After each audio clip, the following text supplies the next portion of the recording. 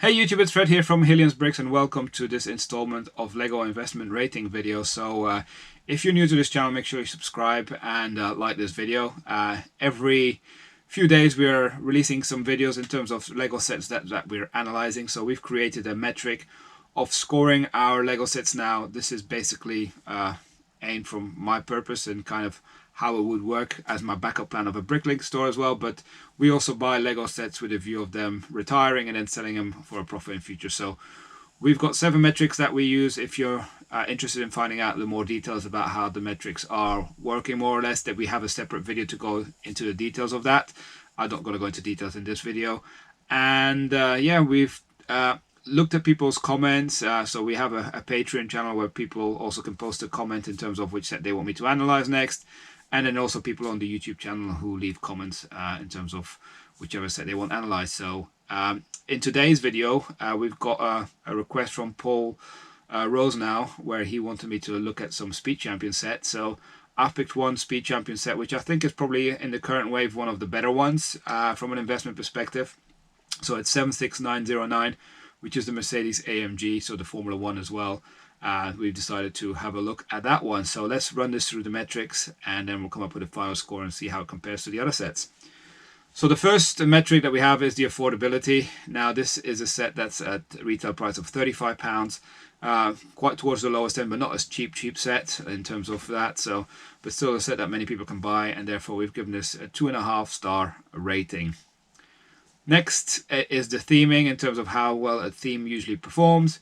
And this is the Speed Champions theme, and this is one of the better performance themes that there is out there from an investment perspective in general.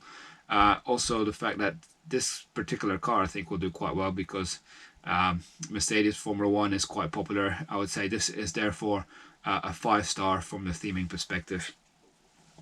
Next, let's look at the ratio, and this is the price per piece ratio, but we do an adjustment for minifigures as well. Now this set comes with 564 pieces and 2 minifigures, retails £35. It's got a decent part to price ratio after the adjustment of minifigures, and that means that we've given this a 4-star rating. Next we look at availability and how widely is this set available.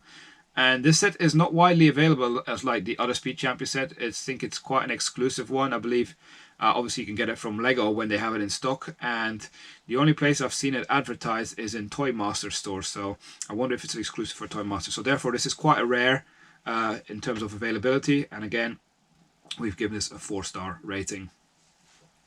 Next we move on to the duration of the shelf life and how long is a set like this typically available for. So we look at the average for the theme based on all the data that we've gathered so far, and Speed Champions tend to last a reasonable amount of time, which is not great, right? So on average it's between 2.5 to 3 years, and therefore we've given this a rating of 2 stars. So the shorter the better usually.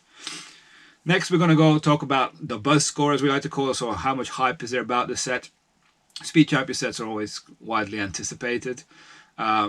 I wouldn't say this is like the huge hype like we might get with some Star Wars set, but again, it's not one that's just flying under the radar that no one talks about, right? So I would say this is probably a medium one for this Mercedes set, and therefore we've given this a 3-star rating. And then finally, a metric that we look at is the size of the box, and this would fit in a small parcel.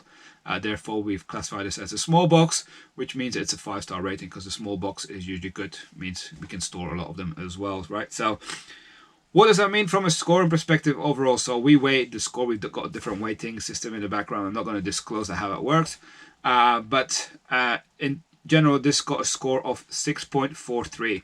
Now if you look at our leaderboard, that essentially means it brings it into a 3rd position. So yeah, we're getting more and more sets added to the top 10. Eventually, once we've got 10 or more, we'll start putting data on the Patreon website as well.